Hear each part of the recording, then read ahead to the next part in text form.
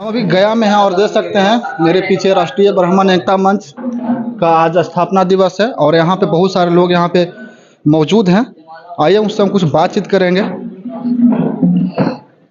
देखिए मेरे साथ पुरुषोत्तम राज जी हैं। सबसे पहले आपको मेरे चैनल में स्वागत है। बहुत बहुत धन्यवाद। रियल 10 देखने वाले सभी दर्शकों को मेरा प्रणाम है। अब जहानाबाद से चल के गया में आए हैं, लोगों को क्या संकेत देना चाहिएगा? देखिए, हमने तो माथे पे मुरेठा बांध के कहा है कि हम ये जहानाबाद से गया, ये कोई तारीफ की बात नहीं है। हम कहें कि जहानाबाद से हम पूरे बिहार को रौंदेंगे और अपने समाज के लोगों को जगाएंगे। जो हमारे साथ 32 सालों से सरकार ने षड्यंत्र रच के हमारे समाज को जिस प्रकार से गुमराह करके हमारे समाज के युवाओं के साथ जिस प्रकार से धोखा दिया गया है, तो हमें गया नहीं, अगर हमको जमुई भी जाना हो तो हम जमुई भी जाएंगे, लेकिन समाज के एक एक लोग को जगा करके अपने अधिकार को लेंगे नहीं बल्कि छीनेंगे। हम अधिकार लेंगे नहीं, छीनेंगे। क्योंकि हम लोग के साथ जिस प्रकार से व्यवहार किया जा रहा है वर्तमान में बिहार स्तर पे, आप देख लीजिए, यूपी सरकार ने उम्र सीमा में छूट किया, लेकिन बिहार सरकार को इस बात का अहंकार है कि सवर्ण का कोई वोट का मतलब नहीं है। तो अपने वोट का अर्थ को हम बतलाएंगे। और मैं आपके चैनल के माध्यम से कह देना चाहता हूं उन लोगों को जिनको ये लगता है कि सवर्णों की एक ताकत नहीं है, हमारी ताकत और हमारी पारा की इतनी गर्मी होता है वो थर्मामीटर की औकात नहीं नाप लेने का है। और ये सरकार, जो घमंडिया सरकार इस बिहार में बैठ करके हमारे खिलाफ षड्यंत्र पे षड्यंत्र रच रही है, उस सरकार सबक सीख ले। 24 और 25 मेरे हाथ में है, इनको सबक सिखा देंगे हम। दादा परशुराम को ब्राह्मण भी पूछते हैं और बाभन भी पूछते हैं, भूमियार भी पूछते हैं, लेकिन दोनों अलग अलग मंच पर क्यों? देखिए, सबसे पहली बात है कि हम लोग को समाज में इस चीज की ही कमी है। हमने आज इस मंच से भी ये बात बोला कि हम लोग आपस में टूटे हुए। हमने तो पहले भी बोला, व्याघ्र महति निंद्रा सर्पा नाम च महत भयम ब्राह्मण नाम अनेकत्व तस्मात् जीवंती जंतव। इसका मतलब यह होता है कि जिस दिन बाघ को बहुत नींद आता है, सांप को बहुत भय लगता है, ब्राह्मण एक नहीं है, अनेक है, माने एकता में नहीं है। जिस दिन बाघ अपने नींद को त्याग देगा, जिस दिन सांप अपने भय को त्याग देगा, और जिस दिन ब्राह्मण समाज, जिस दिन परशुराम वंशज अपने आप को एकता में ले लेगा, मैं दावे के साथ कहता हूं कि इस धरती पर कोई दूसरा जीव जिएगा ही नहीं। तो हम लोग में इसी टूट का कारण है कि आज हम लोग इस दुर्गति में हैं। और हमने आज इस गया के इस मंच से एक संदेश दिया है कि हम लोग सामाजिक एकजुटता लाएं। हम लोग विभिन्न संगठनों में काम करें, वो अलग बात है। जब सामाजिक न्याय की बात आ जाए, सामाजिक मुद्दों की बात आ जाए, समाज से हक और अधिकार छीनने की जब बात आ जाए, तो हम लोग एकजुट होकर सारे सवर्ण समाज मिलकर एक साथ लड़ेंगे। आप क्या कुछ कहना चाहिएगा? कहना तो है, भयाए हैं इसीलिए ना, लेकिन और लोग बैठेंगे तब, इसलिए कि जो पर्पस से बात हो रहा है तो जड़ से पहले लेकर के चलना है कि हम लोग को ब्राह्मण समाज में यदि जो एक गांव में 10 घर ब्राह्मण है तो 10 नियत ये चीज़ सुधार होगा, तबे आगे की पीढ़ी सुधार होगा। ठीक है ना? तो सब कोई बैठिए, सब कोई हैं इस जगह पे, और लोग आए हुए हैं उधर। यहाँ पे हम देखते हैं जैसे आरजेडी में भी नेता हैं, नेता का बात नहीं, जदयू में भी नेता है ना, वो भी अपना अपना समाज को जिस पार्टी में करते हैं, लेकिन आप लोग का ब्राह्मण और भूमियार का जो नेता है वो किसी पार्टी में है तो अपना समाज के बारे में बात नहीं करते हैं। इसके बारे में आप लोग क्या कहना चाहते हैं? नहीं भाई, अपना समाज का बात पहले करेंगे कि दूसरे समाज से क्या? नेता लोग नहीं करते हैं, सिर्फ इलेक्शन आता हो 1-2 महीना करते हैं, उसके बाद नहीं करते हैं ना। कैसे होता है? होता है कि नहीं होता है? होता है। इसका गलती कौन है? गलती जो मतलब जो नेता है वही सब गलती आप ही लोग का है ना। ये वो लोग तो आपको समाज के नाम पे ठग के लेकर चला जाता है, आप लोग ठगा जाते हैं, है कि नहीं? यही कि इसलिए हमारा जो समाज के लोग, उनका प्रतिनिधित्व हमारे विधानसभा हो या लोकसभा में हो, कमता जा रहा है। क्योंकि अपने समाज के प्रति जो है ना, मतलब वो वर्चस्व जो होना चाहिए, दिखाना चाहिए, जहाँ भी हो मंच पे, जिस मंच पे मिलने का मौका बोलने का मिले, तो लोग नहीं बोलते हैं।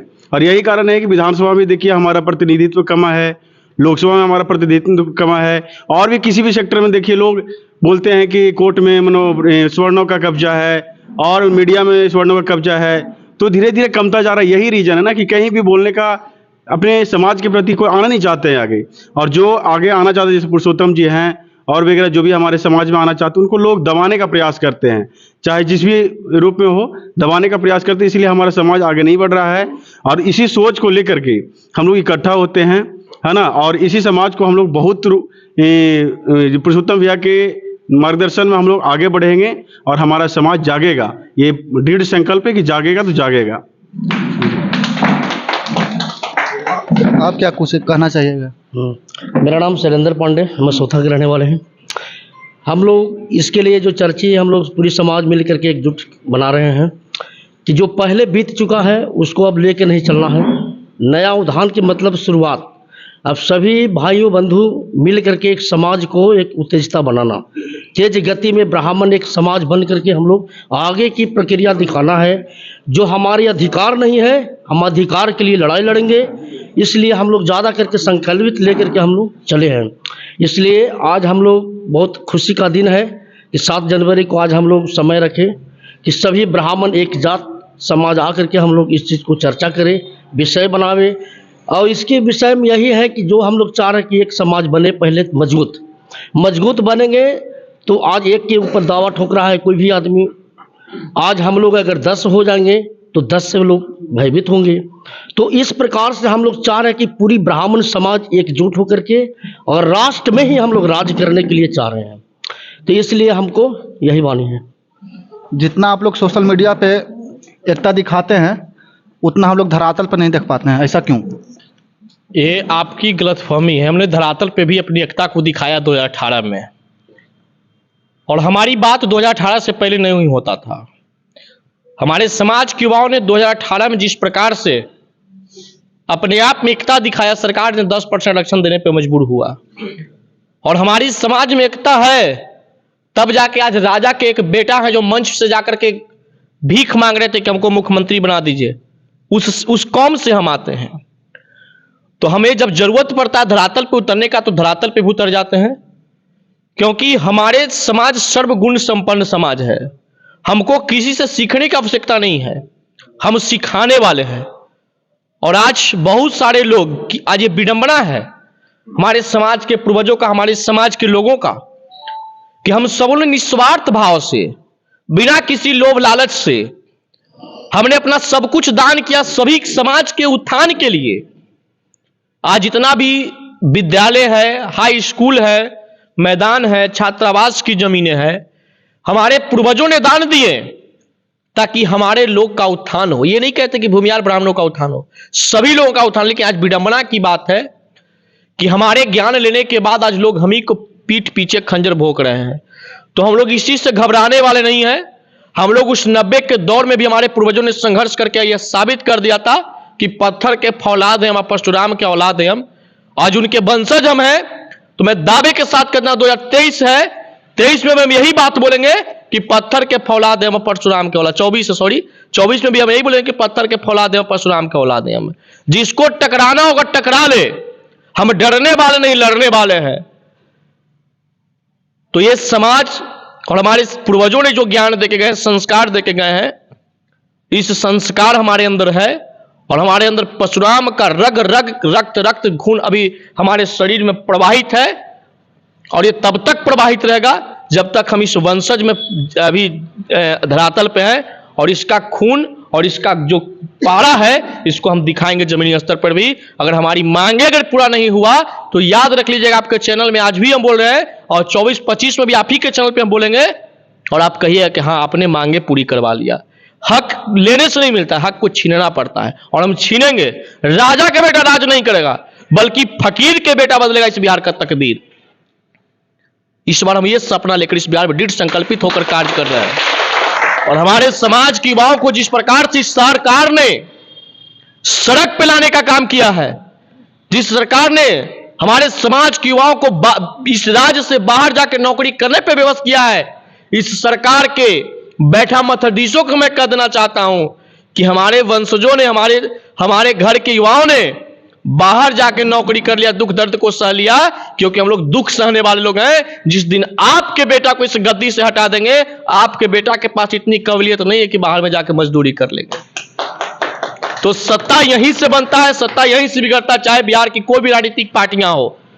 उस पार्टी में अगर कोई दिमाग दे रहा होगा चलाने के लिए तो जाइए वहां पता कीजिए, वो भूमिहार ब्राह्मण राजपूत के ही बेटे होंगे। वरना इस बिहार में राजनीतिक कर पाना, इस बिहार में सत्ता पे काबिज हो पाना बिना भूमिहार ब्राह्मणों के देन से कोई बैठ नहीं सकता है। हम लोग की शक्ति शौर्य पराक्रम से हम लोग जागने वाले समाज है, और हम बस इतना ही कहेंगे कि हमारा समाज एकजुट हो रहा है। सिंहासन खाली करो की जनता आती है।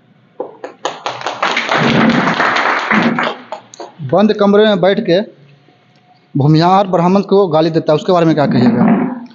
सबसे पहले तो मैं ये बताना चाहता हूँ आपके चैनल के माध्यम से कि जितने भी आज के डेट में हमारे फेसबुक यूज़र्स हैं, जो फेसबुक चलाते हैं, हर व्यक्ति के घर में आज मोबाइल है और सभी लोग फेसबुक यूज़ करते हैं, और सबसे ज़्यादा अधिक पोस्ट देखने के लिए मिलता है हमारे बिहार में एक बिल्कुल सड़ा गला हुआ सा इंसान है, जिसका नाम भी हम बताना चाहते हैं, संतोष रेणु भेड़ुआ यादव के नाम से जाना जाता है।